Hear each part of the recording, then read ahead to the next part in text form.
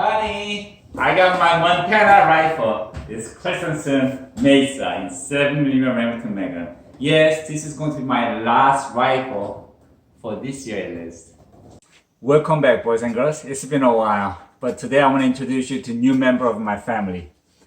It's a Christensen Mesa and topped with it's a Viper, a Vortex Viper PST. It's a first focal base scope from 3 to 15 by 44, and this is chambered in 7mm Remington Magnum. And I tell you, man, this is a sweet rifle. And I decided to cut this rifle in Montana. And previously, I was going to take this Savage long range hunter, and I actually had this for over 10 years, thinking about taking it to the West. And this turned out to be a little too heavy, and I'm still gonna take it. I'm gonna take it as a backup rifle.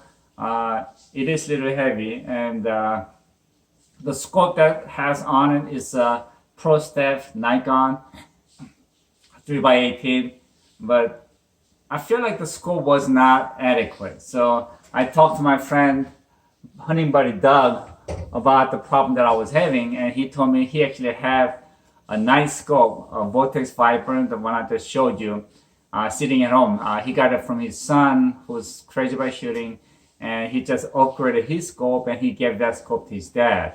And Doug had it sitting in his house, and I asked him, how much do you want for it? And he said, like, hey brother, you could have it for free. So it was a complete gift, and I thank you, Doug. And then with that scope, I decided to go in and get a lighter rifle, Christensen. Again, it's a beautiful rifle. It's light. This actually cut down about close to 2 pounds. So it makes it a lot easier to carry, especially if I'm gonna have a bipod. So, all right, let's get on with the review and unboxing. All right, it's time to unbox my Christensen rifle. And it came in a pretty decent box. And the boxing itself was not a big deal, but the rifle looks beautiful. All right, let's get this out. Oh, wow. All right, good deal. Okay. I don't know if you can see this or not, but it's got a real nice stock here. And real nice recoil pads, limb saver. And it's 24-inch barrel. And you could see this. It's got a muzzle brake on it, and you really can't tell where the seam is. It looks almost seamless, but this actually has, you could actually take off the muzzle brake if you wanted to. And it actually came with the thread protector, so if you do remove that, you could put this on instead. So we have that here. And down here, it's got the bolt. As you can see, they actually put a hole on the bolt handle, so you'll reduce a little bit of weight. And it's got, everything seems to be a little small, so they could cut the weight down on it. But this rifle looks really nice. It's got a nice logo here. And on this side, it says Christensen's Arms, Gunnison, Utah, USA. And on the other side, it says, I don't know if you can see it or not, it actually says Mesa 7mm Remington Magnum and 1-9 twist. So that's the barrel twist. And everything is really nicely Cerakoted, even inside the chamber. You don't see any lack of any kind of workmanship.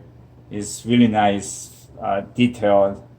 And it's got a small bolt release here to reduce the weight. As I mentioned, the bolt feels really nice. The bolts are floated, so they can reduce some weight, and they also put some holes on the handle as well. It's got 2-stage safety, so it's safety and fire. The trigger is between 2.5 to about 3 pounds. Let's see, put on the safety list how this thing feels. Oh yeah, no grip. Obviously it feels like about 2.5.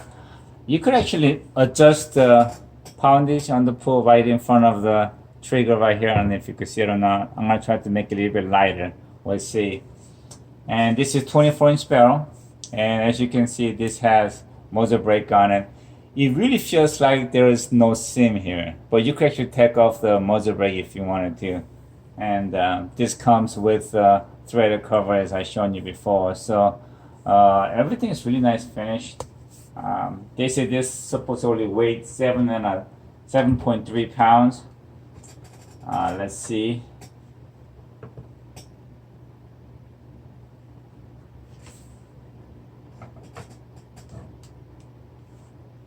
So this is 7 pounds and 4 ounces. So it's actually 7.25 pounds. So it's actually it is what they really claim to be. So I'm really happy with the light, because I was looking for a lighter rifle. This got 24-inch barrel. I don't know if I told you that or not, but it's got a limb saver recoil pad here, really nice and soft. It's got nice stock, and this is the scope that I'm gonna be putting it on. It's a Vortex Viper PST 3-15 by 44, and this was given to me by my hunting buddy and my colleague Doug. I told him I need a better scope for the Montana hunt, and he actually had this one sitting in his house. He got this from his son because he upgraded his scope, and this scope goes for about $1,000, and that's really, I really a lot of good things about this scope, and he told me he could just let me have it. So but this scope weighs about 2 pounds, and that's one of the reasons why I decided to look for something that's lighter, and I end up with a Christensen Mesa. This is a free floating barrel, and you could see that there's a good gap in between, so that's pretty cool. And this fits from the top up here. So magazine holds 3, so if you have one in the chamber, that makes it 4. I am done mounting my scope, and it is beautiful, as you can see. And with that heavy scope on, it weighs 9 pounds and almost 6 ounces. So it's not bad at all, really. I'm gonna give it a good clean now, and tomorrow I'm gonna hit the range and see, and then break into barrels and see how she shoots. All right, this is gonna be my first shot with the Christensen Mesa. I'm also gonna break in my barrel as I do it. Let's see how this feels. I wanna see what the recoil is like. Here we go. Oh, the recoil is real soft, and the trigger is really nice. I don't know if it needs to be broken anymore, but when you chamber, it seems a bit stiff at the end. So if you push it in, it's not a problem, but it's not smooth like my Savage. But it's got definitely no recoil. Feels like shooting 243.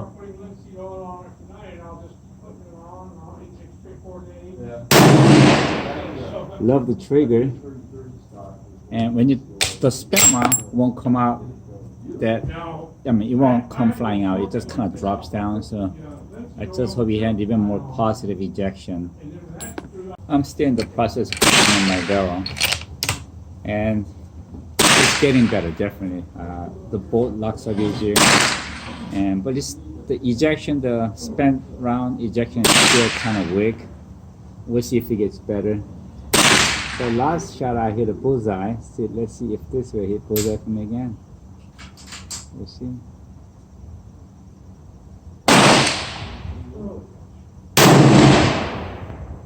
Oh yeah. Oh, that thing is tight. Yeah, I shot different rifles today, and I was also shooting different targets and breaking at the same time. And this was the last target that I shot, and there right there's last like 4 shots. So it's narrowing down. It's pretty decent. I think it'll get better as I shoot more. You see this or not, but in front of the trigger right here, there's a small screw, and that's where you adjust the trigger pull. And I have it backed out quite a lot, so this feels like about 2 pounds. And I called a trigger tag. That's where this trigger comes from. And they told me that I could actually take the whole screw out, and it will be set at the lightest weight. But right now it's really sweet. I actually like this better than my Savage, so that's saying something. And let me show you here. I mean, this thing virtually has no grip. Take a look. Here we go. Yeah, I mean, no grip whatsoever. One more time, let me show it to you. I'm gonna pull from this side so you can actually see it. There we go. Yeah, nothing. So I really like the trigger a lot. And one more thing is that this muzzle brake was actually easier than I thought to remove it. I mean, if you look at it, it looks seamless. It's hard to tell what the seam is, but this actually came off easier than I expected. You turn it hard enough, it just come right off. And they send thread cover with a rifle. So, you know, if you don't want to hurt your hearing, you could actually use the thread cover and hunt with this. But I'll be shooting 168 grains, so I'm not sure if I want to shoot without a muzzle brake. But I'm still kind of deciding whether I should go with a muzzle brake or without it. But again, it's a very good fitting, and it fits really nice. And let me see. Oh yeah, this is a target that I showed you. Now, this was the last reshot right here. Now let's talk about things that I like about this rifle. I have a cheat sheet here. Things I like about this rifle. I like the weight. This weighs a little bit over 7 pounds, and it's really light. And I like how it feels on my shoulder and how it points. And everything feels really nice. You know, it feels like it was made to be, you know, fit into my shoulder and my hands. And next thing, the recoil pad. Yeah, this is one of the best recoil pad I've seen. I mean, even without the recoil pad, with this muzzle brake here, as I mentioned, it feels like shooting 243. And muzzle brake, I love that. And they also send a thread cover. I appreciate that as well. And the trigger is actually one of the best trigger that I own. I thought the Savage was better, but then when I had this set at the light, I mean, when I had the screw pulled out almost to the end and pull the trigger on this thing, and this is really, really sweet. It's got no creep whatsoever, and it just goes bang. So you really gotta be ready before you pull the trigger. So that's the stuff that I like about this rifle. Now, things that I'm not so hot about this rifle.